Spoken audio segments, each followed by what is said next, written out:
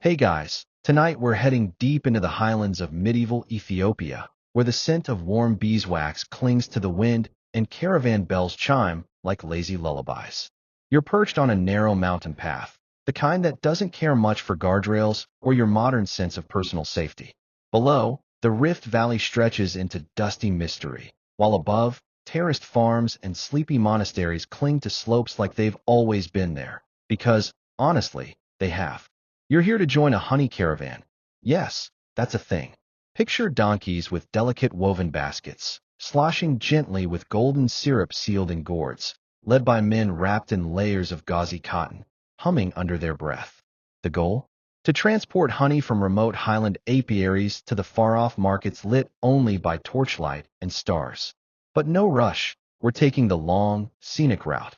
So, before you get comfortable, take a moment to like the video and subscribe, but only if you genuinely enjoy what I do here. And while you're at it, let me know in the comments where you're listening from and what time it is for you. Now, dim the lights, maybe turn on a fan for that soft background hum, and let's ease into tonight's journey together. You're walking slowly. The path under your feet is uneven, worn smooth by centuries of hooves and calloused feet. Dust clings to your ankles, but it's the good kind of dust, the sort that smells faintly of sage and something sweet. You pass a carved stone resting place shaped like a lion's paw, likely left by one of the many rulers who, according to local legend, preferred to travel by foot so the honey wouldn't get seasick. Historians still argue whether that's a real quote or just an elaborate jab at ancient royal fitness levels. As you round a bend, the land opens into a narrow ridge. The air shifts, cooler, tinged with eucalyptus and faint clover. Far ahead, a donkey brays sleepily. You catch up to the rear of the caravan. The pace? Blissfully slow. Your guide, an older man with laugh lines deeper than the valleys below, hands you a strip of dried flatbread, sweetened with, you guessed it, honey. He says something about needing strong teeth on this road. You nod politely, chew cautiously. The journey pauses at a ledge shaded by wild juniper. Here, a few caravanners sit cross-legged, unpacking food from reed pouches. It's dinner, served family-style with fingers, passed without ceremony. Honey glistens in tiny clay bowls, alongside spicy lentils and foraged greens that taste a bit like pepper and a bit like regret. The group eats slowly, watching a cloud of bees spiral lazily around a wooden hive nearby. This isn't some random wild hive, though. It's a travel hive. Yes, portable. Locals keep them carved into hollow cedar logs, corked with beeswax, and slung over donkey backs. These log hives travel between highland campsites, and their bees, oddly loyal, seem fine with this mobile lifestyle. One beekeeper claims the bees even recognize certain tunes, especially when sung off-key. Scholars remain politely unconvinced. By nightfall, the temperature dips, and the caravan prepares for sleep. You lie on a thin mat, your head resting on a rolled-up shawl. Stars poke through the mist like someone poked holes in the sky.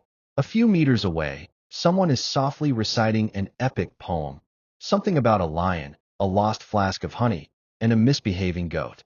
You don't catch all the details, but the rhythm is nice. A hyena yips in the distance. No one flinches. One of the guards chuckles and tosses a goat bone into the shadows.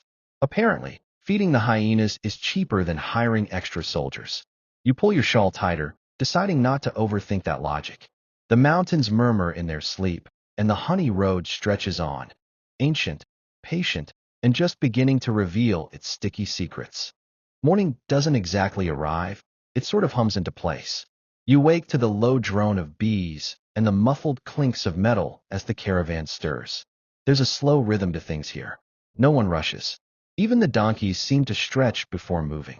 You rub your eyes, still feeling that dreamy heaviness as you watch a small group of men walking toward a thicket of cedar trees, carrying long sticks wrapped in smoking herbs. You follow them up a slope, the kind that makes you question your calf strength. But the air grows sweeter with every step. There's something up here, something humming with life. As you crest the hill, the smell hits you. Wax, smoke, wildflowers, and that unmistakable honey tang that makes your mouth water just a little. You've reached the hives. Now, don't imagine neat wooden boxes with tidy frames.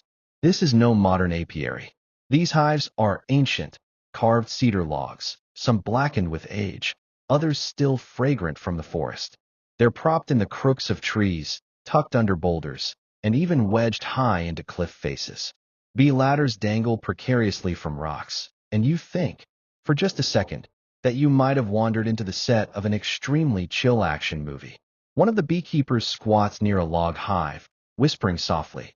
It's not magic, but it feels close. He waves a bundle of dried herbs, maybe olive leaves, maybe sage, letting the smoke coil upward. The bees emerge slowly, gently, without panic. You're standing very still, trying to look like a tree. Then he does something strange. He taps the log 3 times with the flat of his palm. And as if on cue, a single, golden stream of honey begins to trickle from a spout carved in the bottom. He catches it in a smooth river stone and holds it up to the sun, checking for clarity, viscosity, maybe divine approval. This isn't just harvesting, it's communion. The bees here are a particular breed, small, golden, and less aggressive than their cousins elsewhere. Locals believe the mountain air and altitude have something to do with it. Some even say the bees know the difference between thieves and monks. Historians, as usual, still argue whether that's metaphor or medieval PR. As the sun climbs higher, more beekeepers join in, working like slow dancers, careful, deliberate, patient. They murmur to one another in Guizi, the old liturgical language still spoken in monasteries. You don't understand a word, but the tone is peaceful, respectful. The bees respond in kind. The only thing buzzing louder than their wings is the quiet satisfaction hanging in the air. Nearby, a boy no older than 12 is carving a new hive lid from cedar bark. His knife moves with practiced ease, even as he hums off-key. An older man watches with folded arms and the kind of face that has seen more bees than people. He finally nods once, approvingly. That lid will keep the hive sealed until market day. No leaks, no spills. Just one clean cork of wax and prayer. You get to taste a bit, naturally.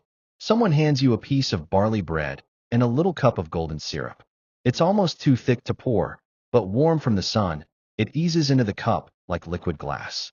You take a bite, and suddenly you understand why people would walk for weeks to carry this stuff to market.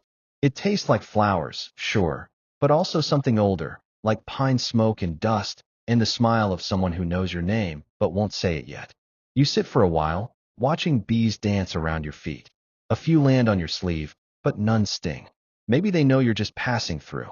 As you get up to leave, one of the beekeepers taps your shoulder and points out a strange little tree. Its branches have been bent into a loop, tied with strips of animal hide. Bee marker, he says. This tree tells you, hive nearby. Apparently, the honey road is full of these secret signs. Some are carved into stones, others woven into the grass. A whole silent language, passed down not in books, but in footsteps and bee songs. You descend the hill slowly, the sun warm on your back and the taste of honey still on your tongue. The caravan is packing up again. It's time to follow the trail deeper, toward the valleys where tax collectors wait with long scrolls and very sticky fingers. But you'll remember the mountain apiary forever, not just for the honey, but for the quiet dignity of those who speak to bees, and for the feeling, rare and golden, that maybe, just maybe, the bees are listening back. The next leg of your journey is quieter, but no less peculiar. You've left the steep slopes behind and entered a long plateau, a broad shelf of land balanced between 2 ridgelines like a forgotten table set for giants. The path here is flanked by low shrubs, sunburnt grass, and the occasional tree that somehow looks like it's judging you. The caravan plods along, and you find yourself walking beside one of the scribes. Yes, a scribe, because honey, as it turns out, is taxable. This particular scribe wears a layered shawl of pale cotton, smeared with streaks of beeswax and what might be ink or possibly lunch. Slung over his shoulder is a satchel not of parchment, but of hardened goat leather, and inside it, wax tablets. Notebooks of a sort, but messier, more meltable, and far more intriguing. As the caravan pauses by a flat boulder shaded by a lone sycamore fig, the scribe sets up shop. He unwraps his tools, small metal styluses, soft beeswax tablets, and a tiny bowl of oil for smoothing mistakes. The scene has a strange intimacy to it, like watching someone write poetry in pancake batter. You peer over his shoulder, and there it is, a wax map. Not a grand, rolled-up parchment affair with dragons in the corners. No, this map is personal. It shows a section of the honey road carved in loops and dots, like a secret language. Landmarks aren't mountains or rivers, they're hives, bee trees, specific rocks. We don't map where we go, the scribe tells you in a voice like a falling leaf. We map where the bees go. He's not alone. Other scribes in the caravan compare their wax tablets, smoothing and redrawing routes as if checking against a living memory. Some marks are coded, a smudge to represent a hostile hyena den, a notch for a treacherous mud bank, a swirl that, when asked about, simply earns the answer, that's the place where the goats once danced. Historians still debate whether these wax maps were purely practical or also devotional, part of a spiritual tradition where each bee road mirrored a divine pattern. Some think these were early forms of prayer labyrinths. Others say they're just functional logistics from people who happen to like bees. Either way, the wax records are delicate, ephemeral things, softened by the sun, altered by the thumb, redrawn when the hive migrates or vanishes. You help carry a few of the tablets in a cloth-covered basket, just for a while, until your arms tire and your respect for scribe muscles grows. The tablets smell faintly of honey and ink. It's oddly soothing, like you're transporting secret recipes for a cake the size of the continent. Eventually, the caravan halts again, this time at a shallow ravine marked by a stone tower that's part watchpost, part toll booth, and part gossip station. The guard waves you through but squints suspiciously at your wax tablet basket. One of the scribes quickly opens a ledger, points to a line, and mumbles something about gourd ratios and bee mileage. There's a brief argument involving how many gourds of honey equal one sheepskin of parchment. No one agrees. The donkeys seem unbothered. A hyena watching from a nearby shrub yawns. As you wait, you explore the tower's base, where past travelers have etched symbols into the stone walls. Crosses, spirals, even what looks like a rough sketch of a bee with a halo. Someone long ago must have thought honey had divine origins. To be fair, after tasting that Highland batch, you kind of agree. Nearby, a young boy is holding a wax tablet upside down and using it as a snack tray. His mother gently swats him, replaces the wax with flatbread, and wipes the stylus clean with a practiced sigh. The tower keeper finally stamps a piece of bark paper and waves the caravan on. A few scribes chuckle, shake their heads, and begin remarking their maps. Everything changes, one mutters. Even tolls and bees. You fall back in line, watching as one scribe carefully presses a new symbol into a wax tablet. A small spiral with 3 dots beside it. You ask what it means.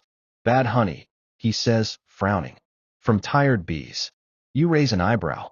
Tired. He nods. Too many traders. Not enough flowers. Oh, even in the medieval highlands, overexploitation's a thing. Another debate historians haven't fully settled, whether honey production in certain regions ever caused temporary bee scarcity. Evidence is spotty, like most things from a time when documentation often involved wax and the hope it wouldn't melt.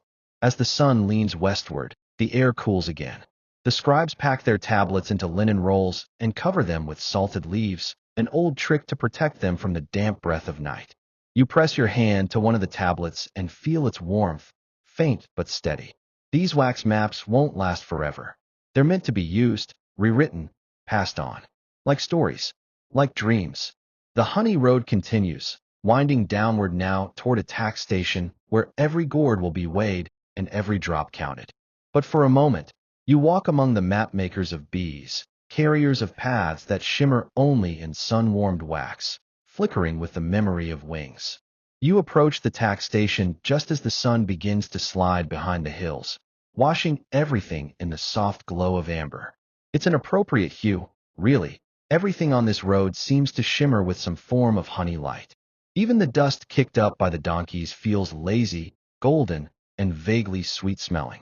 You get the sense that time has slowed to match the syrupy pace of trade. The tax station is less of a building and more of a stone courtyard, hemmed in by half-collapsed walls and a pair of stern-looking cypresses that seem to judge your every step. There's a table, or maybe it was once an altar, where an official sits under a sagging canopy, surrounded by scrolls, beads, and one large, gleaming scale. Here, Honey isn't just food. It's currency, tribute, a test of loyalty. You watch as the caravanners line up, each presenting their sealed gourds with the seriousness of offering a newborn to a monarch.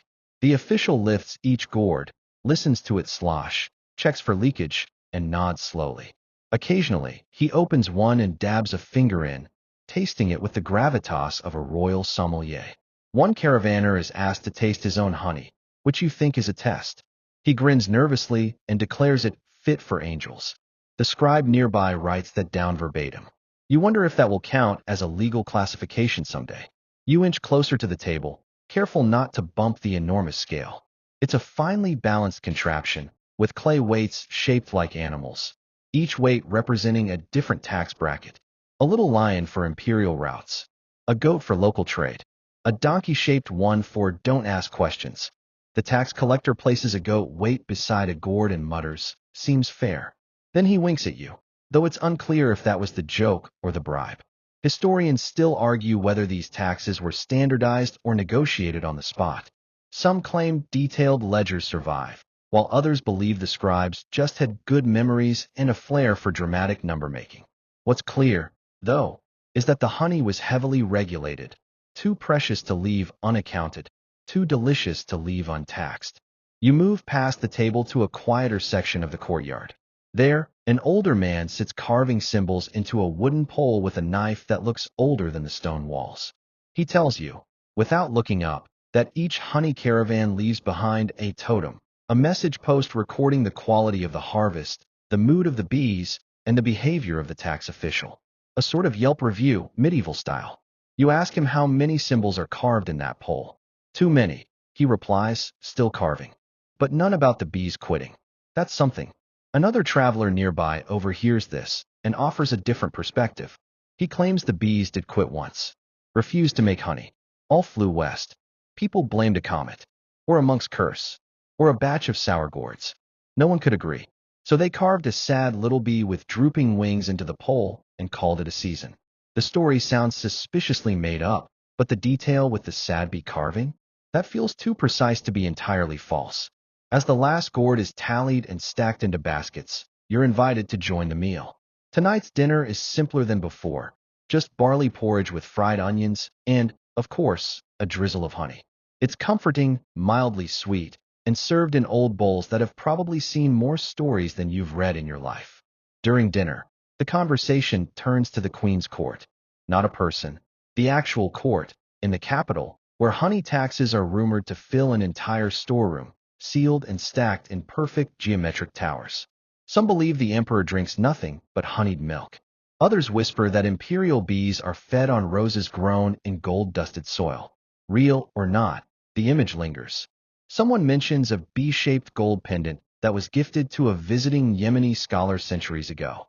Another claims the Queen of Sheba herself once traded spices for Ethiopian honey. No proof, someone says, but too lovely not to believe. You lean back against a smooth stone, the kind that's been sat on so many times it now fits your spine just right. Overhead, bats flicker against the first stars. One of the donkeys snorts in its sleep.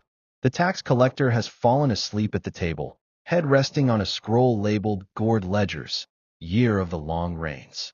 You smile, because this isn't a dramatic world. It's not full of wars and betrayals and sword fights at dawn. It's a world where taxes are paid in honey, where travelers carve review poles in the name of fairness, and where the slow, sticky rhythm of trade has its own kind of holiness. The caravan loads up again. Not everything is measured in gourds. Some things, like bee stories and evening breezes, travel weightless. You walk on, just behind the last donkey, listening to the soft clinks of pottery and the fading voices talking about TJ, star maps, and a monastery that supposedly trains bees to dance. Historians? Still undecided on that one. You descend into a narrow valley as the light fades, and everything starts to smell like smoke and citrus. Not the harsh smoke of industry, but that gentle, curling kind that wafts from incense burners and mead-making fires. The air is cooler here, and somehow it feels older too, like it remembers things you haven't even heard about yet. At the base of the valley lies a monastery. Not the towering, fortress-style stone you might be picturing, but a quiet, earth-colored cluster of circular buildings with thatched roofs, nestled among juniper trees. This is a place where honey turns into something sacred. Because tonight, under the blinking watch of constellations you can't name, you're going to taste TJ, Ethiopia's ancient honey wine, right where it's still made by candlelight and rumor. You're ushered into a side building where the walls are painted in soft ochres. Monks sit cross-legged on low stools, robes the color of faded saffron, whispering as they stir pots and stack clay jars. Everything's lit by oil lamps and candlelight, so the shadows flicker like nervous butterflies. One monk is humming, a deep, tuneless lullaby that somehow makes the room feel warmer. Someone hands you a small, rounded vessel with no handle. The clay is warm in your palm, and the scent that rises from it is not what you expected. Sweet, yes, but also grassy, sharp, and tinged with something almost like pepper. You take a sip. The flavor is bold but mellowed by time, like an old friend telling you a scandalous story very slowly. As the night drapes itself around the valley, a few of the monks bring out instruments. One plays a single-string masenko with aching slowness. Another drums a rhythm so gentle it could put a camel to sleep. And soon, stories begin to float through the room like incense. You hear the tale of a merchant who tried to smuggle honey by pretending it was fish oil, until he dropped a gourd and was caught by the smell. Another monk recounts how their oldest TJ recipe came from a scroll found inside a cracked hive, hidden behind the altar. Is it true? Maybe. Does it matter? Not really. You look around and realize there are painted charts on the walls, celestial maps drawn by hand, charting star paths and harvest moons. According to one chart, the best TJ is made during what's known here as the sleepy season, a brief pocket of time between rains when the bees are calm, the air is still, and even the crickets seem to whisper. Historians still argue whether monasteries like this one played a major role in early TJ trade. Some argue they were the central distributors for imperial supply. Others think they just made excellent wine and liked being left alone. But there's no debate about the ritual. Every batch of TJ begins the same way, with a blessing, a handful of dried gesho leaves, and a promise not to rush. You watch as one monk kneels beside a clay vat, sprinkles the leaves inside, and then chants something soft and low, like he's reminding the honey not to forget where it came from. You step outside for some air and find the stars impossibly bright. The valley seems to trap the light, turning every torch into a little moon. Somewhere nearby, bees are still buzzing. Not panicked, just present. You imagine them sipping from distant flowers earlier that day, never suspecting their nectar would end up in the palm of your hand. Back inside, the monks are now comparing scrolls and laughing over a particularly dramatic recipe written in verse.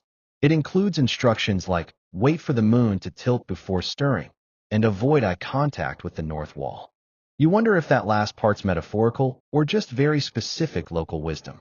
Someone brings out small bowls of injera with spicy lentils, and, surprisingly, slivers of spiced honeycombs sprinkled with powdered rue. You chew slowly, the flavors dancing like candlelight on your tongue. It's both soothing and odd. Comfort food from a kitchen that clearly consults the stars. You're invited to sleep in a guest cell, stone walls, straw mattress, beeswax candle by the door. Before bed, a young monk knocks softly and offers you a final sip of TJ for dreaming well. You accept, of course. It tastes richer now, darker. Or maybe your taste buds have just gotten wise. As you lie back and pull a scratchy wool blanket over your legs, you think about all the quiet labor that goes into honey wine. The way it travels, through fields, through hands, through rituals that linger like vapor. You've never felt tipsy and reverent at the same time before. It's nice. The sounds of the monastery fade slowly. Music, laughter, soft prayers. Outside, a hyena yips somewhere on the hill, but even it sounds distant. Everything feels far away now, except the warmth in your chest and the faint sweetness clinging to your lips. And the stars, still watching, still humming. You wake just before dawn, not to an alarm, but to the gentle sound of sweeping. Someone is brushing the courtyard stones with a palm frond broom, each stroke slow and deliberate, as though clearing away yesterday's footprints one breath at a time. The air is crisp, threaded with wood smoke and the fading scent of last night's TJ. Your head doesn't hurt. Thankfully, This is not the kind of wine that punishes you for enjoying it.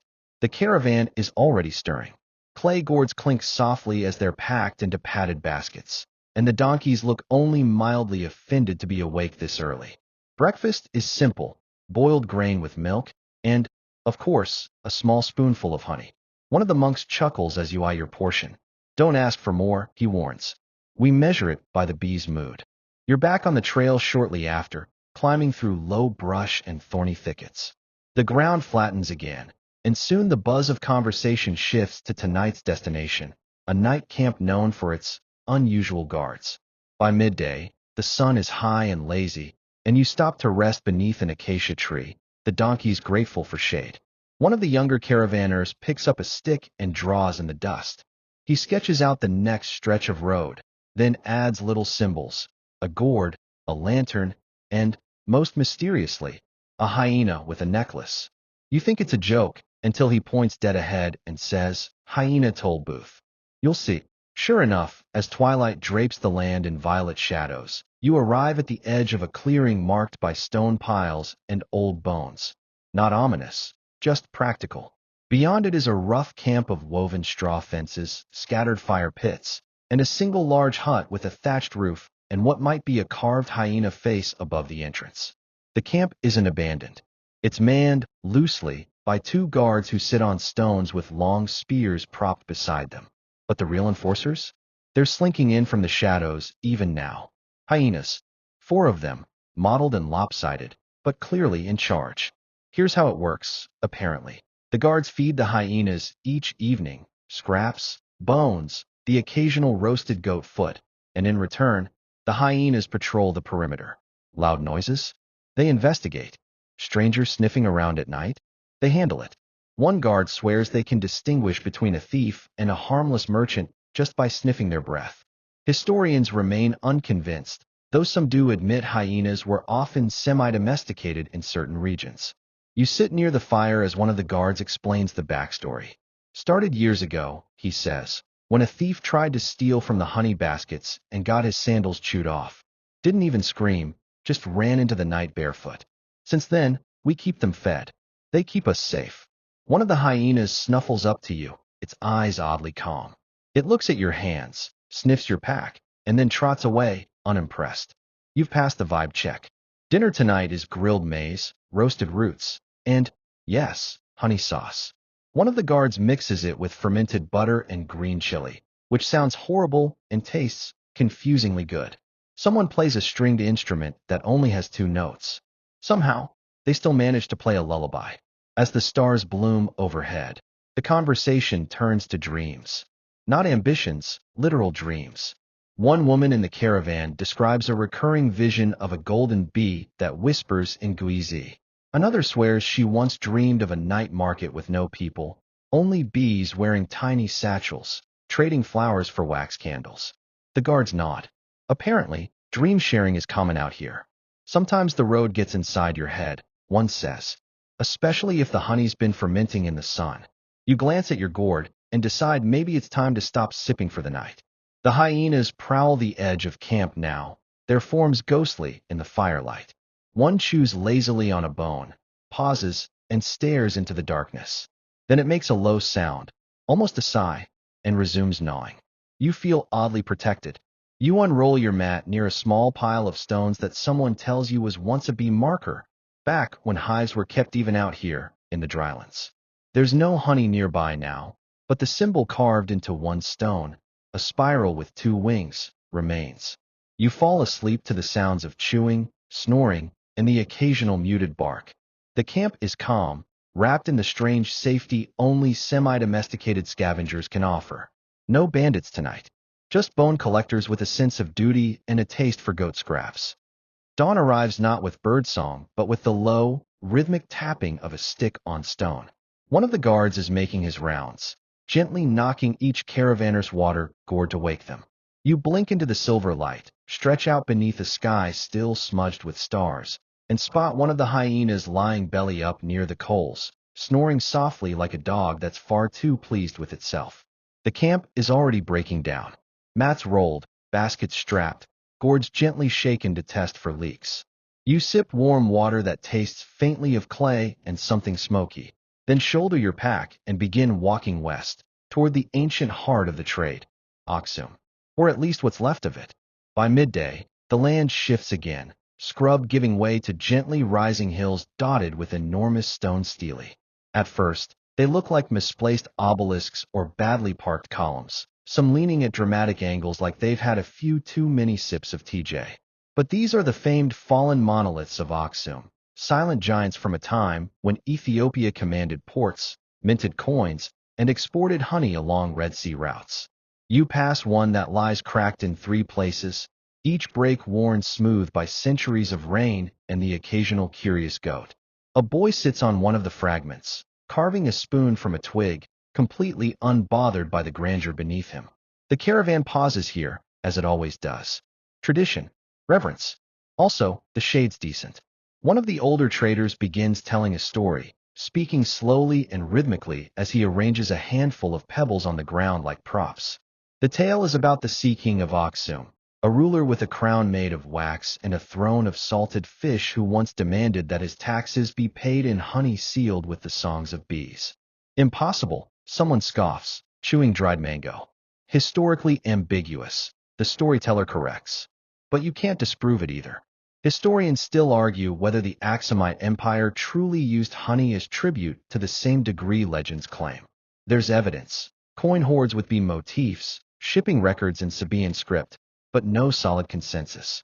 Which just means more room for storytelling. You wander off for a moment, drawn to a stele that's only half toppled. Its surface is etched with faded patterns, crosses, vines, something that might be a stylized bee, or maybe a very ambitious chicken. Nearby, a shallow stone basin holds a crusted rim of wax. Some say ancient priests used to melt offerings there, pouring honey as a bridge between this world and whatever came after. You sit beside it, running your hand over the cool stone. The sun has softened now, cloaking everything in a warm, buttery light that makes even the ruins look cozy. One of the donkeys begins to bray, loudly, repeatedly. No one moves. Ghost donkey, someone mutters. What does it want, you ask? Probably snacks, says a woman wrapping a gourd in wool. Or respect. Another trader, this one clearly a fan of historical drama, explains that Aksumite honey was once offered to Egyptian priests, Yemeni spice kings, and possibly even Roman diplomats who couldn't pronounce half the place names but loved the taste. They called it solar syrup, he insists, completely straight-faced. You don't argue. At this point, if someone told you the stele were giant bee antennae transmitting flavor to the heavens, you'd at least give it a minute of serious thought. As the caravan prepares to move on, one of the scribes lingers behind. He kneels before the broken stele, presses a wax tablet gently to its surface, and closes his eyes. No stylus, just the warmth of the stone against wax. A kind of transfer. A quiet communion. Later, you ask him what he was doing. Listening, he replies. Sometimes the old stones still hum. You leave Aksum in silence, walking between the towering ghosts of empires and the whispers of a time when honey wasn't just trade. It was tribute, ritual, and maybe even a message to the stars. The road continues, worn and winding, the kind of trail that remembers your footsteps even after you're gone. And ahead, the markets wait, lit not by sunlight, but by hundreds of flickering torches and a constellation of stories you haven't heard yet. The path to the Salt Road crossing begins with a long descent into a shallow, dusty basin that glows pink in the afternoon light. The wind has a tang to it now, sharper, drier, carrying hints of brine and ash. You've left the green hills and monoliths behind, and now everything feels flatter, more open. The sky seems wider somehow, like it's stretching just to see how far it can go. You trudge beside a camel train now, long-legged and disinterested, their riders wrapped in scarves and silence. The camels carry slabs of white salt, rectangular bricks strapped in tidy rows. They move with that disdainful gait only camels can pull off, like they're doing you a favor just by existing. These are Afar salt traders, and they're headed to the crater camps where salt is still cut from the crust of the earth like bread from a baking stone. In this part of the world, honey and salt pass each other on the road all the time. One sticky, one dry. One sweet, one sharp. Both essential. Both strangely beautiful. The caravan halts near a shallow ravine where the two trading routes intersect. It's a meeting point, half chance, half choreography. You sit beneath a crooked thorn tree, watching as salt traders dismount and begin unpacking their cargo. On your side, honey gourds are lifted and arranged on woven mats. There's very little speaking. Instead, the exchange begins with gesture. A trader lifts a gourd. A salt man picks up a brick. They hold them in their hands like scholars considering rare artifacts. Then, wordlessly, they make the swap. No haggling, no drama, just quiet nods and the slow shuffling of goods between baskets. Historians still debate how standardized this trade was. Some believe fixed ratios existed, 3 bricks per gourd, 5 if the honey was from higher altitudes. Others say it was all feel, weight, scent, texture, trust. Out here, no one seems to care about old debates. They just trade and move on. A young girl crouches beside her father's salt pile, sorting the bricks by shape. She hums to herself as she works, then casually breaks off a corner and licks it. You raise an eyebrow. Good batch, she says, grinning. Meanwhile, one of the elder honey traders is inspecting a particularly luminous salt slab. He holds it up to the sun, nods thoughtfully, and then places it gently beside a gourd marked with wax stamps. Those stamps, you learn, indicate not only the origin of the honey but the temperament of the bees, calm, restless, moody after rain, and even absconded halfway. That last one has a tiny frowny face etched into the wax. You ask what happens if the trade goes wrong. If the salt is crumbly or the honey's gone sour. Then we don't come back, a trader says, shrugging. That road forgets you. Simple enough. As evening approaches, fires are lit in small rock circles. Someone boils water in a dented tin pot and adds wild tea leaves. You sip the hot, bitter brew while watching a man carve a honey dipper from a sliver of salt. It's more symbolic than practical, but still. He smiles as he hands it to a child who immediately tries to eat it. Dinner tonight is flatbread, goat stew, and honey mixed with roasted garlic, an odd pairing that tastes far better than it sounds. There's laughter around the fires now. Stories passed in overlapping languages, half of which you don't understand, but somehow still follow. One salt trader tells a tale of a bee that followed him all the way to the Danakil Depression and built a hive inside his tent. I couldn't sleep for 3 days, he says. But I couldn't evict her either. Too polite. You're not sure what to say, so you nod solemnly and offer him a piece of dried fig. Someone else mentions this singing lake, a small crater nearby where the salt hisses when the wind hits just right. Some say it's cursed. Others say it's just a natural phenomenon that sounds creepier in the dark. Either way, no one camps near it. You lie back on a mat and watch the stars appear again, one by one. This part of the world seems to keep fewer secrets than the highlands. Everything is exposed, bare, honest. Salt doesn't pretend to be anything else. And honey, despite its golden charm, eventually crystallizes. The fire crackles. Someone snores. The wind whistles through a hollowed gourd, making a sound like a distant flute. Tomorrow, you'll follow the salt road a little longer, just far enough to reach the Honey Nun's hilltop. But tonight, you sleep between trades, on ground where sweet and sharp meet quietly in the middle. By the time the sun rises, the salt traders have already disappeared, faded into the flat horizon like ghosts of commerce. You wake to the sound of bees, distant but steady, and a sliver of honeycomb melting in your mouth, leftover from last night's trade. It's time to climb again. Today's path is narrower, curling like a ribbon around the edge of a steep ridge. Each step upward gives you a wider view of the land you've crossed. The sleeping salt pans, the pale threads of caravan trails, the river valleys stitched together like a wrinkled map. Ahead, the terrain sharpens. You're climbing toward a place few are invited to, the monastery of the Queen's Bee. The legend, as told by your guide between mouthfuls of roasted barley, is that centuries ago, a queen wandered into these hills on the advice of a dream. She brought only one basket of honey, a broken sandal, and a stubborn sense that the bees had something to tell her. What she found instead were cliffs that whispered and nuns who listened.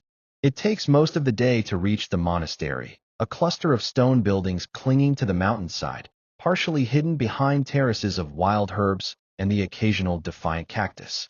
It's quiet here, not empty, just reserved, like a place that hums rather than speaks. You're greeted by a nun in a deep blue shawl. She doesn't introduce herself, doesn't ask why you're here. She just gestures for you to follow, and leads you through a garden full of rosemary, rue, lavender, and bees. So many bees. They flit calmly from flower to flower, undisturbed by your presence.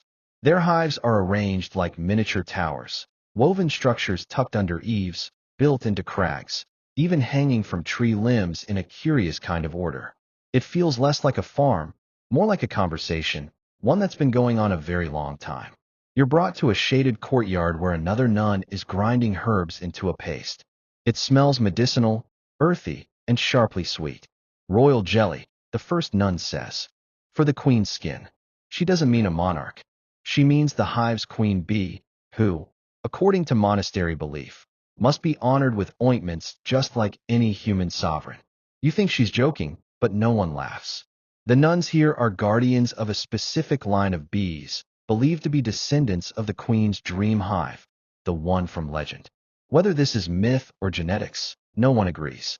But the bees are noticeably gentle, their honey faintly floral with a strange cooling finish, like mint and rain. One nun offers you a spoonful. You taste it, and suddenly you're not just awake, you're aware. Of your fingers, of the sun, of the quiet wisdom hanging in the air like incense. The flavor isn't bold. It's patient. Later, they show you their storeroom. Cool stone walls lined with sealed vessels of honey, wax, and ointments. Some are labeled with dates, others with cryptic symbols. One jar is marked with a single circle, no words. Not for sale, a nun says. It's waiting for a prophecy. You do not ask follow-up questions. You're not quite sure you want the answers. The conversation eventually drifts to the imperial court. The nuns still send honey there, twice a year, wrapped in cloth and marked with a stamp of pressed herbs. They won't say what's in it. Trade secret. But it's rumored that the emperor's tea tastes slightly of time and prophecy. Historians still debate how much influence these monasteries had. Some argue they served as quiet centers of diplomacy, using honey as both gift and symbol. Others dismiss them as rural oddities with excellent PR. But here, in the shade of the garden, that debate feels distant. You're more interested in how the nuns can get bees to land on their hands with a single whistle. They teach you the motion, a kind of spiral drawn in the air with two fingers. You try it. Nothing happens. They smile politely, the way one might at a toddler playing piano. As night falls, you're offered a place to sleep in a cell carved directly into the rock. There's a window with no glass, just a sheer curtain and a view of the stars beginning their slow dance above the mountains. A small bowl of honey and a piece of injera are left on your bedside table. It's the quietest room you've ever been in. And as you close your eyes, you hear them, the bees. Not buzzing, not angry, just breathing somehow. And it occurs to you, maybe they're dreaming too. You leave the monastery just after sunrise, escorted down the mountain path by the same nun who greeted you yesterday. She doesn't say much, just hums softly as she walks, pausing once to pluck a sprig of rue and tuck it behind your ear. You don't question it. At this point, if a goat walked up to you with a crown and asked for directions, you'd probably bow. The caravan is waiting at the base of the ridge, already gathered and ready to move. Today's destination, the night markets of Lalibela. The path winds gently now, not too steep, not too flat, bordered by shrubs that smell of crushed thyme and warm dust. Every now and then, a hawk glides overhead, circling lazily. You pass pilgrims heading the opposite direction, their robes streaked with red earth, their eyes bright with exhaustion. They nod as they pass, and one murmurs, "The markets are lit." You soon learn that's not metaphor. As dusk falls, you round a bend, and suddenly, it's all there before you. Lalibela, tucked into the rock like a secret someone carved too lovingly to hide. The famous churches are nearby, of course, hewn straight from the stone centuries ago. But it's the market that draws you tonight. A sprawling grid of torches, lanterns, fire pits, and flickering candlelight arranged like a second sky on earth. It smells like spice and charcoal and smoke-dried meat. It buzzes, not with bees, but with voices. Low, slow, measured. Nothing frantic here. Even the haggling is gentle. You hear someone ask the price of incense, and the seller replies, "Tell me what you think your dreams are worth." You drift through the lantern-lit alleys, marveling at the symmetry of it all. The stalls are arranged in lines that mirror the stars overhead. Orion's belt is marked with 3 fire pits. A string of spice vendors follows the arc of the Milky Way. Old tradition, someone explains. You walk through the constellations. You shop among the heavens. There's even a stall selling star maps drawn in honey ink. The vendor claims each chart is edible. You don't test this. You pause by a stall where wax is being poured into carved molds. Candle forms shaped like bees, churches, goats, and once, confusingly, what looks like a very grumpy fish. A child is selling matches tied with twine, each match dipped in resin and rolled in crushed petals. You buy a bundle without asking the price. The child pockets your coin and hands you a tiny drawing of a bee in return. Luck, they say. You begin to notice the rhythms. The market pulses, not with music, but with the ebb and flow of flame. Lanterns are raised, lowered, covered, and uncovered in gentle choreography. At one moment, the whole market dims, just for a breath, and then brightens again, like it's breathing with you. Historians still debate how ancient these night markets really are. Some suggest they're a relatively modern adaptation, built atop older trade customs. Others argue that night trade was always part of the rhythm here, essential for a hot, bee-filled economy where daytime was for the fields and nighttime for the deals. The truth probably lives somewhere in between, carried on the smoke of memory. You stop at a spice table where a woman invites you to sniff a pouch of ground bark. It tastes like thunder, she says with a wink. You try it on a sliver of flatbread. It tastes like thunder. You say thank you with the full gravity of someone who just ate a weather phenomenon. Another vendor offers you a drink, a sort of fizzy TJ mixed with mashed berries and wild mint. It's effervescent and oddly refreshing. You sip slowly as you sit by a fountain carved from volcanic rock, watching shadows move between flickering lights like dancers you'll never meet again. Someone plays a 5-string lyre off in the distance. The notes drift through the torchlight, slow and spiraling, like smoke trailing from a forgotten candle. You think you hear bees. You don't look for them. You just listen. And then, without fanfare, you stumble upon the honey row. A line of stalls, each one flickering with beeswax candles, gourds displayed like fine wines. The air here is sweeter, warmer. One stall offers night honey, harvested only after dusk. Another boasts rain blossom variety from hives near mountain springs. A third simply says, no name. Just taste. You sample a drop. It's sharper than expected. Smoky, flecked with something that crunches. The vendor shrugs. Bees found the fig trees again. As the night deepens, the stars overhead grow sharper, and the market slowly quiets. Some torches go out. Others are dimmed with soft cloths soaked in rose water. You walk the last lane with your hands warm from the fire, your lips sticky with honey and spice, your mind a pleasant fog. And as you step away, back toward the edge of the rock-cut city, someone whispers, same market next moon. Different stars. You don't look back. The light clings to your skin, and the night follows you like a story that's still being written. The road from Lalibela is slow the next morning, as it should be. You've left behind the shimmering constellations of the night bazaar, but your mind still flickers with images of star-mapped alleyways and beeswax candles shaped like cats wearing shoes. That one still confuses you. Today, the caravan doesn't aim to go far. Tonight's destination is a barter camp not far off the main road, where merchants gather in relative silence to conduct a very particular style of trade, lantern barter. You walk through low, sloping hills dotted with trees that lean as though tired of standing. The air is thick with sagebrush and the lazy hum of distant bees. By now, you recognize the signs of nearby hives without even seeing them. Just a certain warmth in the breeze, the high-pitched buzz at the edge of hearing, and that faint, familiar scent of melted sugar and dust. By early evening, you arrive at a small plateau ringed by trees. No buildings, no walls, just soft earth, a few fire pits, and dozens of oil lanterns hanging from poles like tiny moons. This is where the lantern barter begins. Here's how it works. Every merchant arrives with a lantern, lit or unlit depending on their intent. A red flame means I want honey. A blue one means I have wax. Yellow is for candles. Green signals rare combs. And if your lantern flickers purple, that means you're either very wealthy or very confused.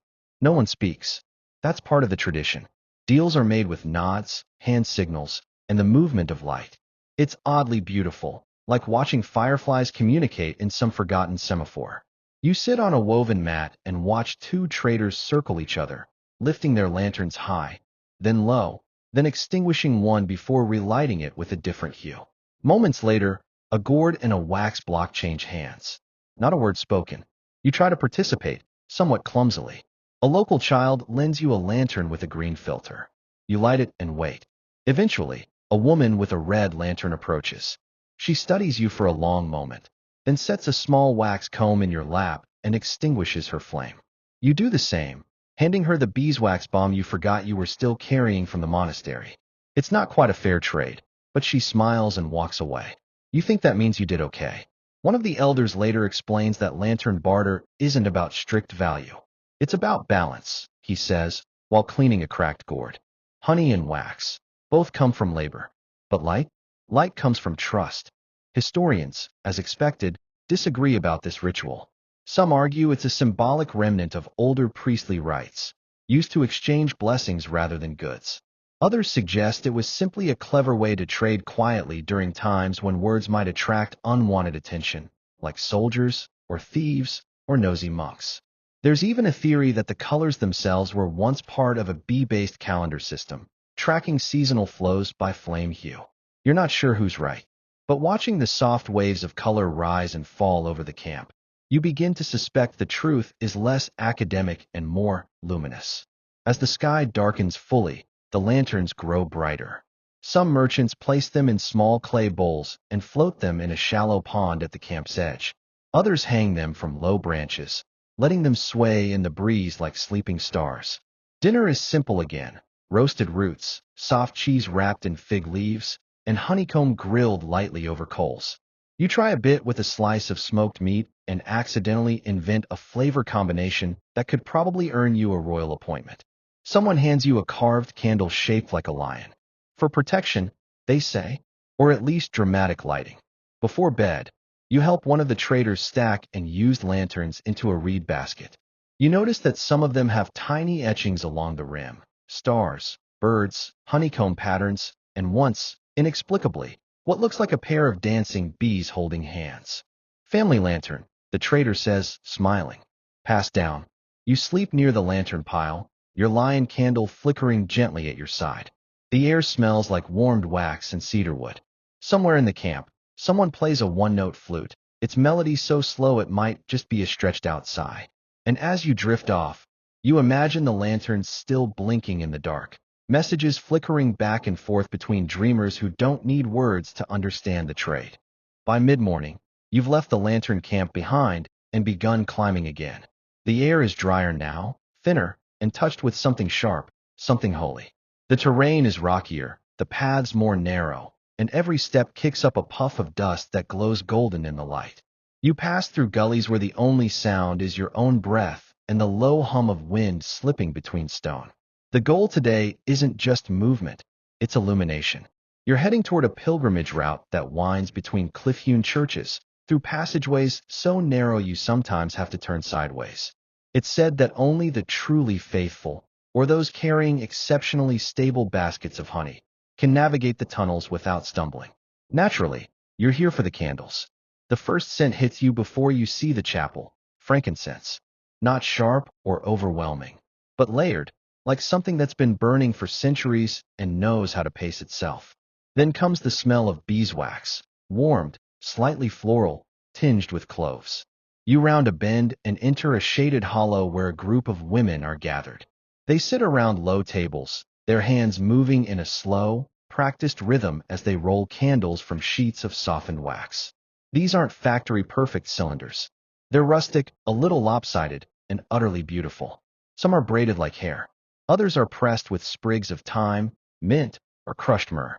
You sit down to watch. One woman hands you a lump of wax and a bit of bark. Press, she says. You do. The bark leaves behind a delicate imprint, like a fingerprint made of leaves. It's oddly satisfying. Meditative. These candles aren't just for light. They're for pilgrims, lit as offerings, prayers, guides. Some are placed at the feet of ancient icons. Others are used to mark the entrance to tunnels carved directly into volcanic rock, winding through the mountain like sacred arteries. You enter one of these tunnels after lunch, guided by a boy holding a single candle dipped in spiced wax. It smells faintly of oranges and cinnamon. The walls are cool to the touch, etched with faded crosses, bees, and, curiously, what looks like an old boot. You ask about it. The boy shrugs. Some monk had a sense of humor. You pass pilgrims moving slowly, hands brushing the stone for balance. No one speaks. The only sound is the drip of water somewhere in the dark and the soft burn of candle flame. At one bend, a woman stops to light a small candle and press it into a crevice beside a carved bee. For safe return, she whispers. You wonder how many flames have flickered in that exact spot over the centuries, and what stories they've silently held.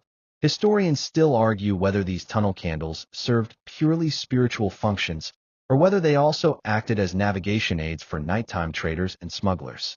Some believe the scents were chosen not just for prayer, but to disguise the smell of honey being hidden in nearby crevices. You like the idea that someone once used clove-laced candles as both a blessing and a cover story. Outside, the late afternoon sun slants low across the mountainside. The candle makers are wrapping up for the day, tying finished candles in bundles with braided palm fiber. A few are traded directly for gourds of honey, the swap made with quick nods and practiced ease. You're handed a bundle, tied with a strip of red cloth. For your road, one woman says, then turns away to stir a pot of wax bubbling gently over coals. That evening, camp is made near a rock outcrop where a spring trickles from the cliff face, cold and slightly sweet. You light one of your candles, just for a moment, and watch its small flame dance in the twilight. It doesn't sputter. It holds. Someone in the caravan begins singing, soft and low. A tune without words, just breath and melody. The kind that curls up beside a fire and lays its head in your lap. You stretch out on your mat, the scent of cloves still lingering on your fingers. The stars appear slowly, politely, as though waiting for your permission. And beside you, the candle flickers once, then sleeps. By now, the honey road feels like a living thing, always shifting, murmuring beneath your feet, weaving between past and present like it's got something to say but doesn't want to shout. Today, the path narrows again, then plunges into a series of shallow valleys stitched together by footbridges and thick groves of eucalyptus. You're told to walk carefully, not because the terrain is dangerous, though it is, but because this is a land of stories, and the earth here listens. The fireside talk last night drifted, as it often does, toward the strange and the speculative. Someone mentioned a legend you'd never heard before, a story of honey used as a weapon. You'd laughed, assuming it was a joke, and then 3 people nodded solemnly. Now, as you walk beneath crooked branches, you ask the trader beside you for more details. He grins, scratches at a mosquito bite, and says, "You ever seen a raider run from bees?" According to local lore, there was once a hilltop village where the honey harvests were so abundant, they were rumored to be protected by spirits. One year, a band of lowland raiders tried to steal the stores. But as they crested the ridge, a swarm of bees rose up, not just stinging, but organized, strategic, vengeful. The raiders fled. Some leapt into the river, others dropped their swords and wept. Not one gourd of honey was taken. Too sweet to steal, the storyteller adds with a wink. Historians, of course, remain skeptical. Some suggest it's a cautionary tale, spun to deter banditry. Others argue it reflects a deeper cultural view of bees as sacred protectors, not just pollinators, but partners in the survival of the land. There's even a theory that the villagers actually invited the bees into their homes, placing combs near windows and doorways as a kind of living alarm system. You come to a clearing where a stone marker leans under a fig tree. On its surface, a carved bee flanked by 2 swords. Someone's draped it with wildflowers. You stand quietly for a moment, unsure whether to salute, bow, or just nod respectfully. You settle for all 3 in quick succession. A little further along, the trail widens into a flat stretch with what look like the remains of a clay wall, crumbled, moss-covered, overtaken by shrubs.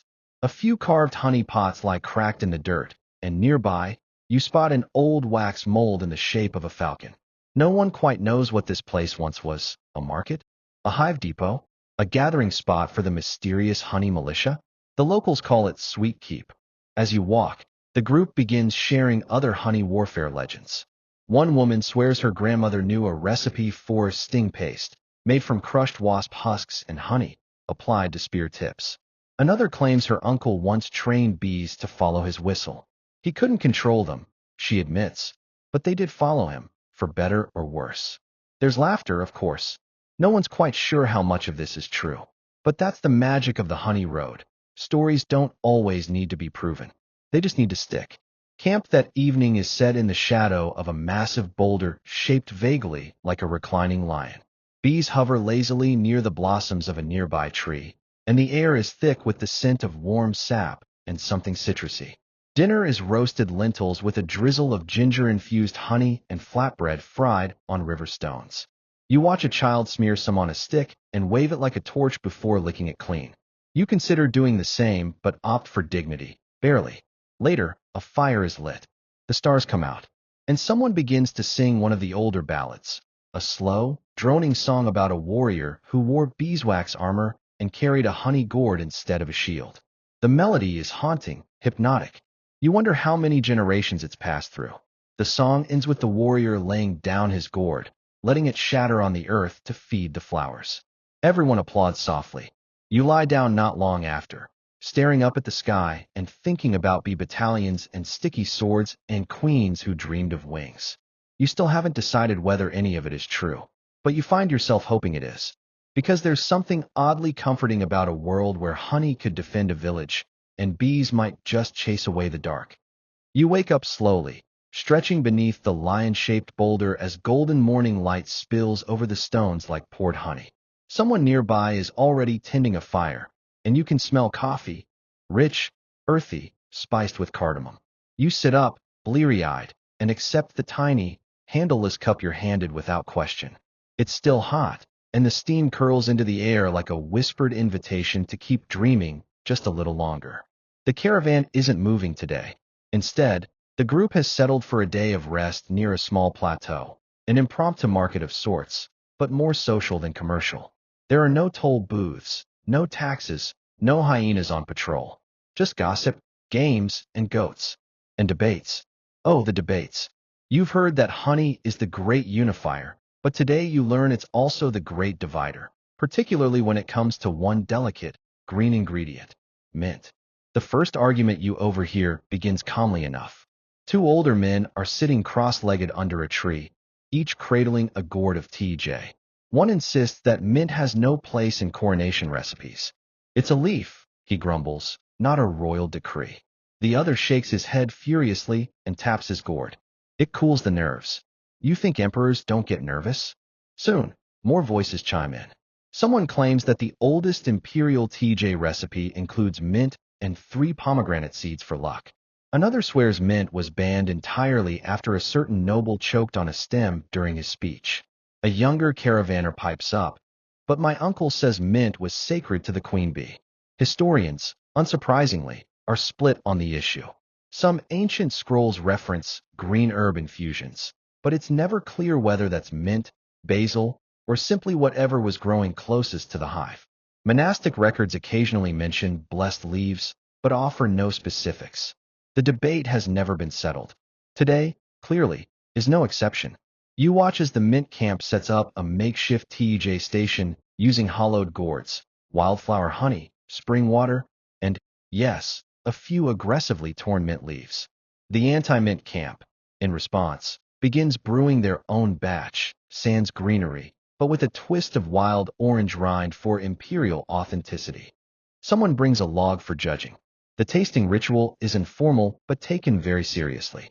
Each side pours a sample into a carved horn cup, offers it solemnly, and then waits as the judge, an elder with a beard shaped like a question mark, sips in silence. He swishes. He hums. He stares at the sun. Finally, he shrugs.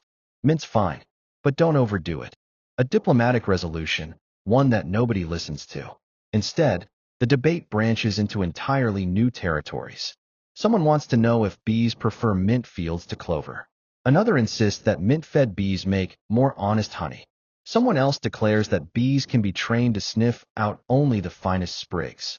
This is quickly countered by someone who swears he saw a bee get drunk on fermented mint juice and fall into a candle. The stories escalate. You quietly back away to a nearby circle of children playing a game involving pebbles, honey sticks, and an elaborate scoring system no one can explain.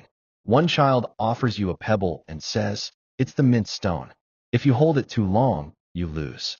You ask what happens if you win. You get to tell a story. The stakes are high.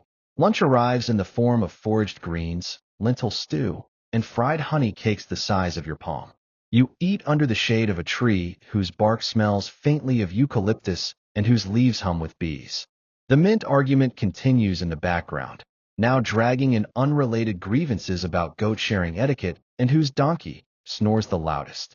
As the afternoon heat fades, one of the scribes sets up a low table and begins sketching the great mint dispute into a wax tablet. At the top, he draws two tiny gourds locked in a headbutt. Below that, a small crowd of bees, all looking confused. You lean over his shoulder and ask if this will go in the official record. He nods gravely.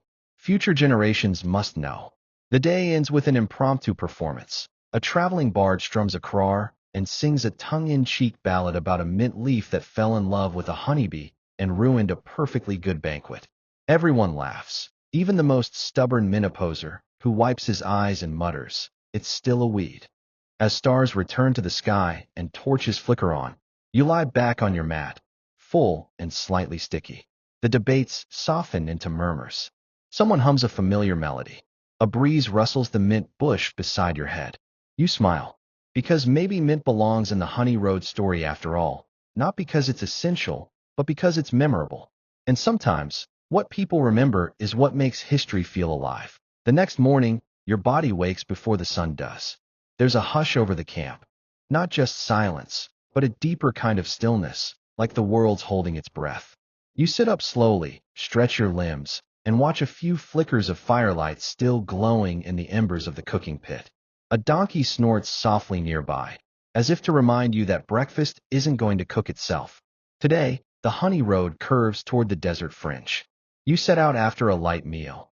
A piece of flatbread folded around spiced goat cheese and a sliver of preserved honeycomb that melts on your tongue like early morning sun. The air grows drier with each step. Trees grow farther apart. The dust takes on a faint shimmer. Even the shadows seem thinner out here. By midday, the caravan approaches a low rise where the land flattens into a pale, cracked expanse. A stone marker greets you at the crest. Etched into its surface is a jar flanked by ripples, the sign of Isa Wells. You've arrived at an oasis that serves as the final honey station before the road disappears into full desert. The Isa people have guarded this well for generations. It's not grand. A few shallow stone basins ringed by palm trees and brush, but it's sacred in the practical way only water in the desert can be. Camels are already there, kneeling awkwardly as water is ladled into troughs from earthen jars that sweat moisture like nervous guests. You're handed a cup of water so cold and sweet it shocks your teeth. Then, a second one, this time steeped with dried leaves and a single drop of honey. It tastes like relief. Here, the honey isn't just stored, it's cooled. You're shown the system. Narrow clay jars buried halfway into the earth, insulated with palm husks and wrapped in wet cloth. The desert breeze pulls the moisture away, taking heat with it. The honey inside stays fresh, syrupy, and oddly floral. It's an old trick, predating refrigeration by centuries. Still works better than most modern fridges. Nearby, a few traders sit polishing gourds with smooth stones, making the surfaces gleam like burnished gold. Others sort beeswax blocks by softness, checking with their thumbs like one might test a peach. One man cuts wicks for candles from a dried reed and tells you, with great seriousness, that each wick must be trimmed to the mood of the wax. When asked how to judge the mood of wax, he pauses, squints at a block, and says, "This one is cautious." No one laughs. You wander over to the shade of a half-built shelter where someone is humming a lullaby. A few camels lounge beside the traders, their jaws working rhythmically, chewing whatever it is camels chew when they're feeling dramatic. One camel gargles. Yes, gargles, after drinking from a trough. It sounds disturbingly human. Apparently, The camels enjoy warm honey water, and one trader insists they can smell a sealed jar from a mile away. Another chimes in that he once lost a week's supply because a clever camel popped the corks open with its teeth. We now padlock them, he says, gesturing toward a gourd with a tiny chain wrapped around its top. The camel nearby eyes it with deep, strategic suspicion. As evening settles, the air shifts. Cooler, quieter. One of the Isa elders invites the caravan to share the well's guest shelter. No walls, just a roof of woven reeds and the occasional wind chime made from snail shells and broken gourd pieces. You lie on a mat with your arms folded behind your head, staring up through the slats. Overhead, the stars flicker into being one by one. This far from the highlands, the sky feels closer, bigger, like if you stood on a stone and reached high enough, you could stir the stars like soup. Around the fire, stories return, as they always do. This time, the topic is honey theft. Not the dramatic kind, just slow, sleepy anecdotes about someone's uncle dipping a finger into the wrong jar, or a child mistaking beeswax for cheese. One tale involves a parrot trained to mimic a beekeeper's call, causing chaos in 3 villages before it was caught mid-holler. Historians would likely wave all this off as exaggerated folklore, but everyone here seems to accept it. And who are you to argue with a parrot that once ordered 30 bees into a stranger's cellar? As the flames crackle lower, a quiet chant begins. Low, rhythmic, barely above a whisper. It's not a song exactly, more like a memory being said out loud by people who don't want to forget it. Something about bees bringing stories home. Something about the desert being kind, if you respect its moods. You fall asleep with a jar of honey beside you, its surface catching the starlight like a mirror. Tomorrow, the road turns back toward the highlands. But for tonight, you sleep beside the well, listening to camels snore and wind chimes talk to the sky. The wind wakes you before the sun does. It's not sharp or cold, just insistent. The kind that touzles your hair like a slightly overenthusiastic ant and tugs at your shawl until you sit up. Around you, the camp is already stretching and yawning. One of the camels is giving a long, heartfelt groan, as if objecting to the concept of forward motion. You break your fast with a handful of roasted chickpeas and a spoonful of last night's cooled honey, which now tastes subtly of mint and desert stone. Then it's back on the road, away from the wells, away from the lazy camels, and back into the thin trails that thread toward the highland rise. But as you walk, the air grows hotter, almost too hot. The kind of heat that feels like someone turned the sky upside down and baked you with it. And so the traders begin applying sunscreen. Not your typical coconut-scented lotion from a plastic bottle. No, this is medieval Ethiopia. Out here, the go-to recipe is crocodile dung. Yes, that's right. One of the older caravanners uncorks a small clay jar and begins smearing a thick, earthy paste across the back of his neck with the care of a painter prepping a canvas. You do a double take. Crocodile, he says proudly, noticing your face. Mixed with beeswax. Keeps the sun and flies away. You stare. You blink. You consider your options. Moments later, a younger trader hands you a small dab of the stuff. It doesn't smell as bad once it dries, he assures you. It absolutely does smell as bad once it dries, but in fairness, it works. Your skin stays cool, the flies avoid you, and you start to understand why some things just never made it into modern skincare. Historians aren't quite sure how widespread this practice really was. Some say it's exaggerated or symbolic, while others have found actual references to similar recipes in ancient herbal texts from along the Nile and even further south. The beeswax component is well documented, used for its soothing, sealing properties in everything from skin balms to candle molds. But the crocodile part? That remains under study. You ask the older trader how the mixture's made. He replies, very carefully, then bursts out laughing. You walk a little further, distracted by the smell of eucalyptus when the wind shifts, and find yourself passing a patch of rocky ground flecked with red and yellow lichen. Here, the caravan stops for midday rest. Blankets are spread, gourds unpacked, and the group settles into that silent, heat-dazed sort of stillness only known to desert travelers and particularly lazy cats. Nearby, one of the scribes is gently fanning an open wax tablet to keep it from melting. Another trader tells him it's useless. The wax knows your secrets, whether you cool it or not. The scribe glares at him.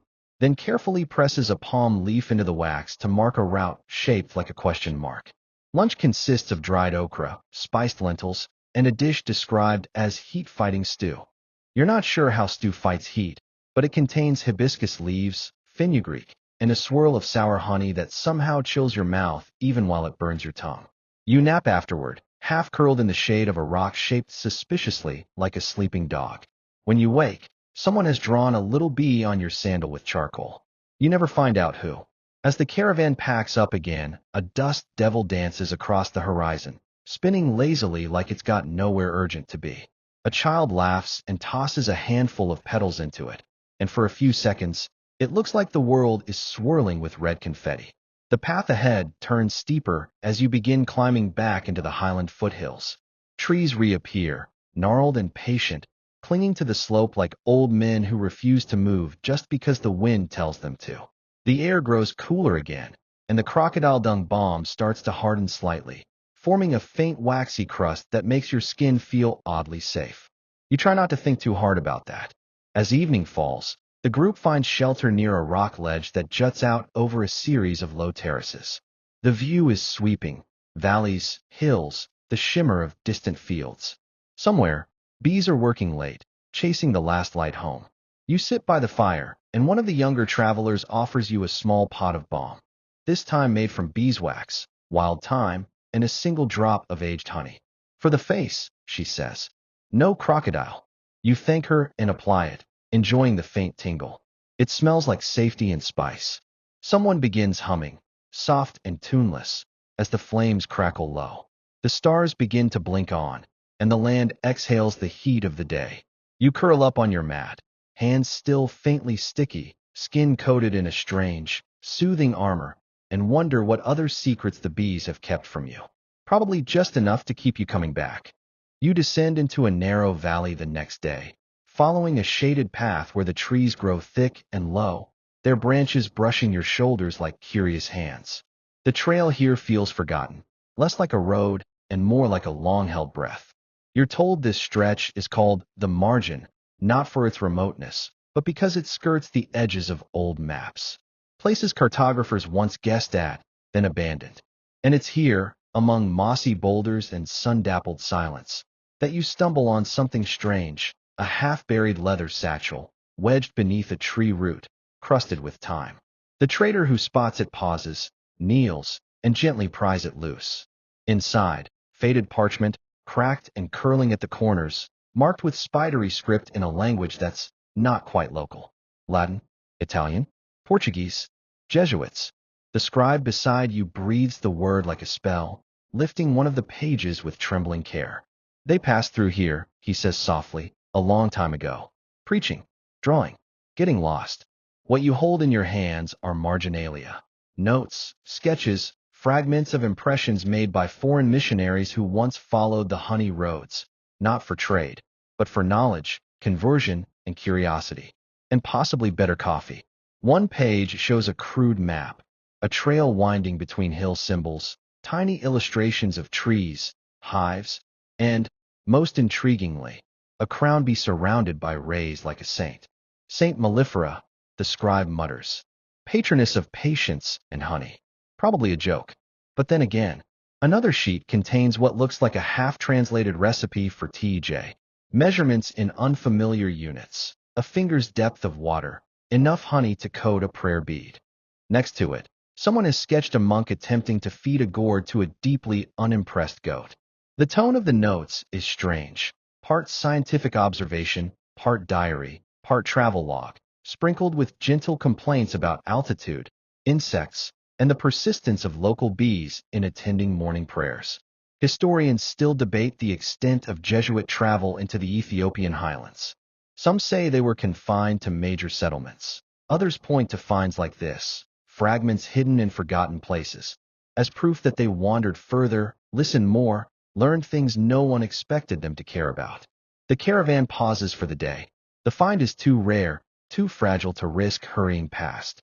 The scribe carefully unrolls each page near the fire, weighing them with stones. Someone begins translating aloud, hesitantly, as though not wanting to offend the paper. One passage reads like a field report. Bees here appear smaller, quicker. They favor blue flowers. Locals speak to them. One man claims his hive sings if he offers salt with the honey. I tried this. The bees ignored me. Another fragment. The night market was unlike any I have known. Men barter without words. A lantern turned red near me. I panicked. Traded my hat. You laugh quietly. It's strange to feel so connected to someone who lived 5 centuries ago, panicked over a lantern, and left his hat in exchange for what was probably a jar of orange blossom honey. Dinner is quieter than usual. Everyone sits close, voices low, as if not to disturb the past. You sip TJ mixed with a dash of tamarind and listen to the scribe read one final line. If heaven exists in scent, it must smell like warm wax and slow fire. Someone sighs. Someone else raises a gourd in silent toast. As the fire dies down, the Jesuit pages are gently wrapped in linen and placed in a woven pouch, to be delivered later to a monastery that can preserve them. The scribe murmurs a blessing, not religious, just reverent. Something about memory and ink and wings. You lie on your mat that night, eyes open, mind full of imagined journeys. You picture the foreign traveler, dusty, wide-eyed, maybe a little sunburned, scribbling under a tree, trying to describe something he didn't yet have words for. Maybe he never found what he was looking for, but you suspect the bees forgave him anyway. And here you are, centuries later, following his ghost down the same winding road. You're nearly back to the highlands now. The land rises beneath your feet, slow and steady, like a sigh drawing upward. The air thickens with the smell of distant rain and turned soil, and the plants grow greener again, broader-leaved and better shaded. The bees return, not swarming, not loud, just present, always humming at the edges of your awareness like a memory trying to resurface. The caravan feels different now, quieter, looser. Maybe it's the end of the road drawing near. Maybe it's the weight of the Jesuit pages still packed safely in a reed basket. Or maybe it's just the long rhythm of travel starting to settle into the bones. This morning, you walk alone for a while. Just you, the winding trail, and the faint clink of gourd caps as they bump gently in their slings. The road curves around a slope, and suddenly you're on a narrow path carved into a wall of pink basalt. It towers above you on one side and drops steeply on the other, a cascade of stone stairs leading nowhere but down. This is the final ascent. The path narrows further. Each step feels older than the last, worn smooth by generations of feet and hooves and time. Moss creeps between the stones, and insects chirp invisibly in the underbrush. You start to count your steps, just to ground yourself. 20, 40, 100, and then the sound of a gourd buzzing. It's not broken. It's just full. The honey inside, warmed by the sun, has shifted and settled. A small vibration shivers through the clay. You press your ear to it. It sounds like wings. A trader ahead stops to adjust his load and points to a notch in the wall. You climb it. Carefully. The stone is worn but steady, and at the top you find a flat ledge with a view that stuns you quiet. You can see the whole trail behind you. The salt flats, the wells, the crooked trees, even the faint gleam of yesterday's dust trail curling like smoke into the hills. And below, the caravan stretches along the switchbacks, ants carrying gold. You sit there for a long moment, legs dangling, feeling the wind comb your thoughts into silence. One of the elders joins you and offers a strip of dried mango dipped in honey. You accept it without speaking. The mango is tough, sweet, and surprisingly tart. It tastes like effort. You walked the full road. The elder says, not as a compliment, just an observation. It doesn't forget you. You nod, chewing slowly. Below, the donkeys start moving again, their bells soft in the distance. You watch as the last of the caravan begins the ascent, tired feet, slow steps, familiar stories tucked into the creases of their clothes. As you descend from the ledge, the pink basalt wall seems to glow, warmed by the late afternoon light. A few bees dance lazily around a cluster of wildflowers sprouting from a crack in the stone. One lands on your sleeve and stays for a moment, then lifts off without fuss.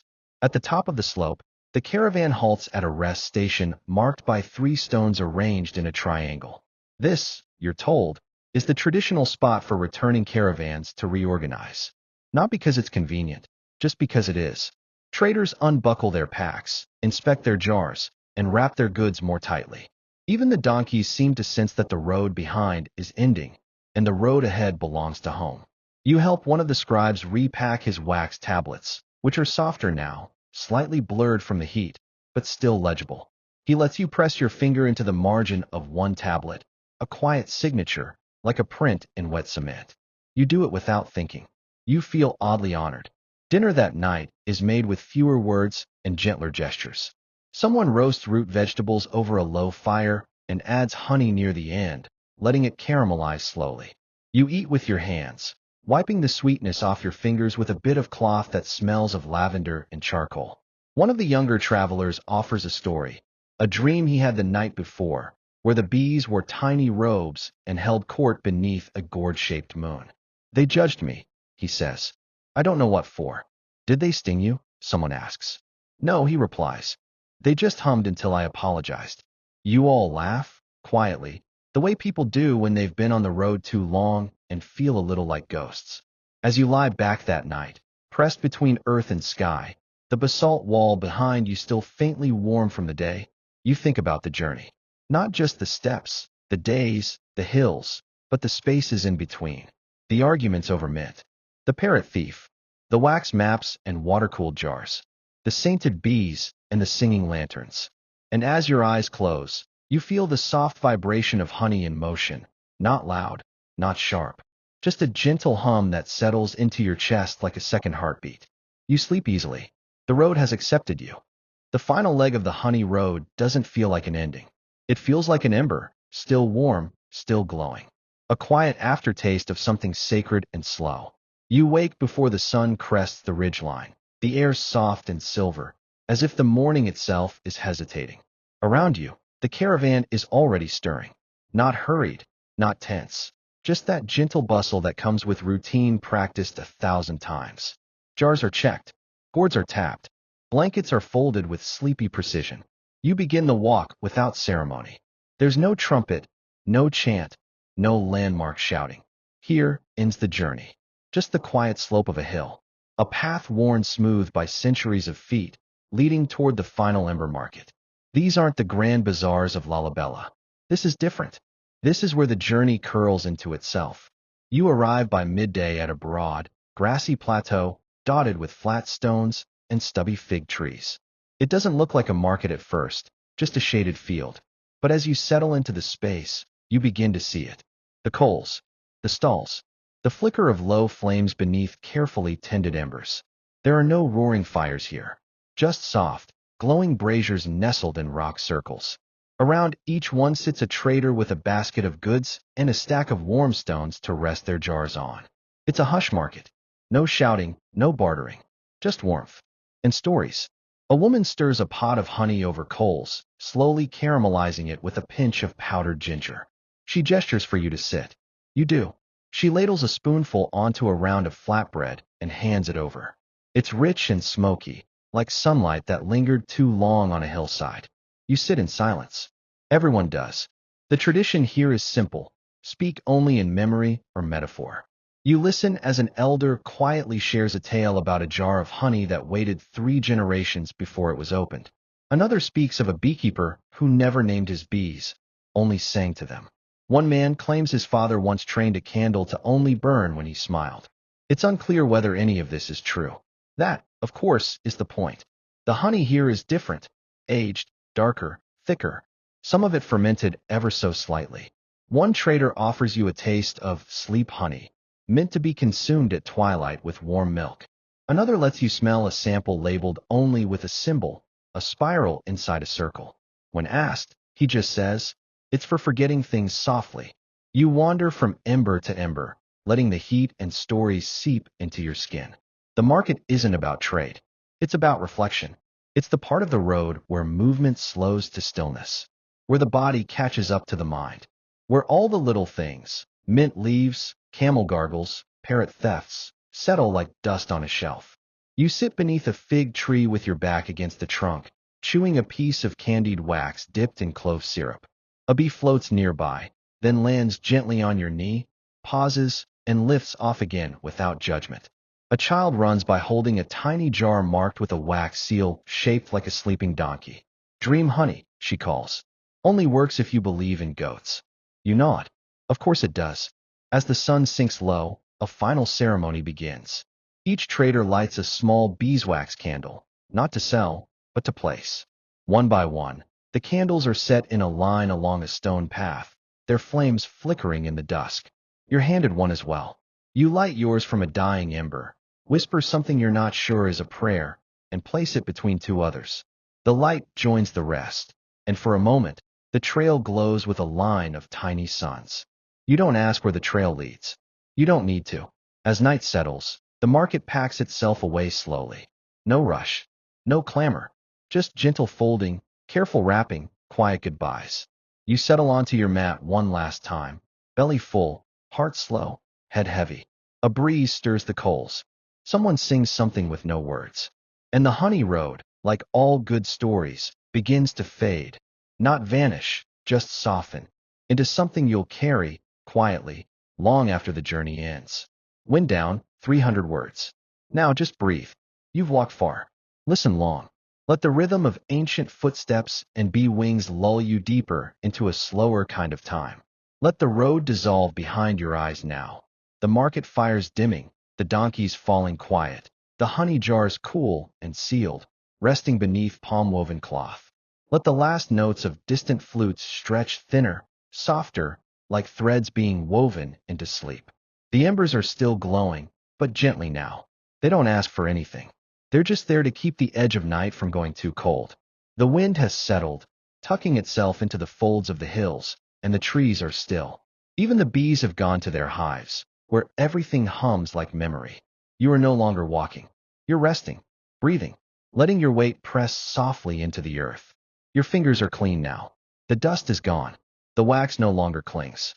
Just that faint sweetness left on your tongue, a trace of something slow, golden, and good. Let the world fall away. Let the light blur. Let your mind unspool like a strand of honey from a warm spoon. The story has been told. The jars have been traded. The songs have been sung. Now, there is nothing to carry, nothing to remember, nothing to do. Only sleep, only stillness, only the quiet hum of bees, far off, deep in their dreams.